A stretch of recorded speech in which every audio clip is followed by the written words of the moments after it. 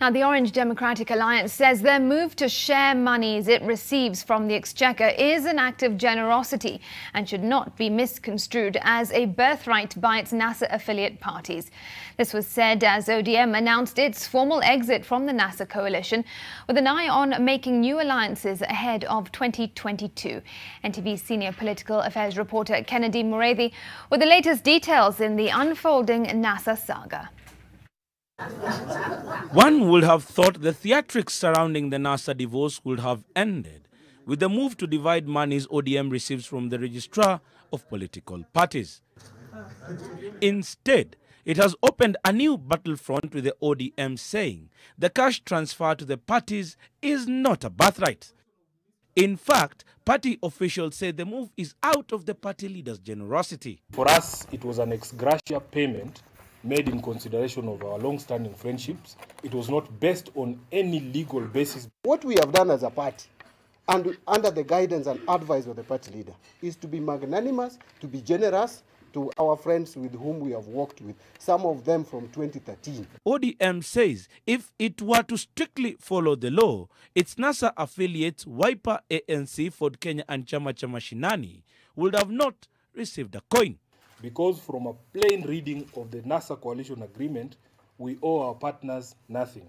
Wiper leader Kalonzo Musyoka insists the monies they have received is rightfully theirs and is a contribution to their campaigns in NASA. We are not relying on what Raila is talking about, presidential vote, nullified or not nullified, under the detailed guidelines signed by all the principals, including ODM party leader. Imeonyesha wazi Ken kwamba hiyo pesa itagawa kulingana na viti ambavyo vyama ambao wanahusika, i.e. ODM, Wiper, ANC, Mashinani, Ford Kenya, the five of us. Article 13(1) of the NASA coalition agreement, deposited at the office of the Registrar of Political Parties in April 2017, notes all votes accruing to the presidency shall be shared among the coalition parties. Funds due to the party from which the coalition presidential candidate has been attributed to the presidential vote shall be shared equally among the coalition parties.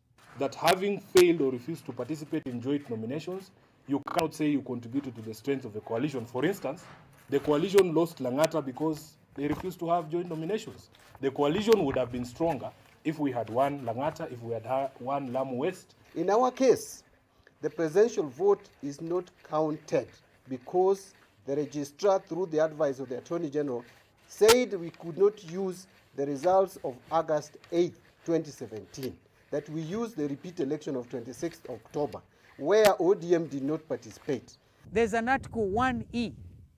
Inasema in the event the other political parties do not qualify for direct funding from the consolidated fund, from the Exchequer, then the party that will have qualified, because of the kind of support you have all given them, that's why ODM qualified. If Wiper Democratic Movement was the flag bearer of NASA, I can assure you, we will be where ODM are today. ODM further notes that it has exited the NASA coalition, becoming the third party to do so, thus rendering the coalition null and void moving forward, and will be looking to create fresh relations ahead of 2022. Kennedy Mureithi, NTV.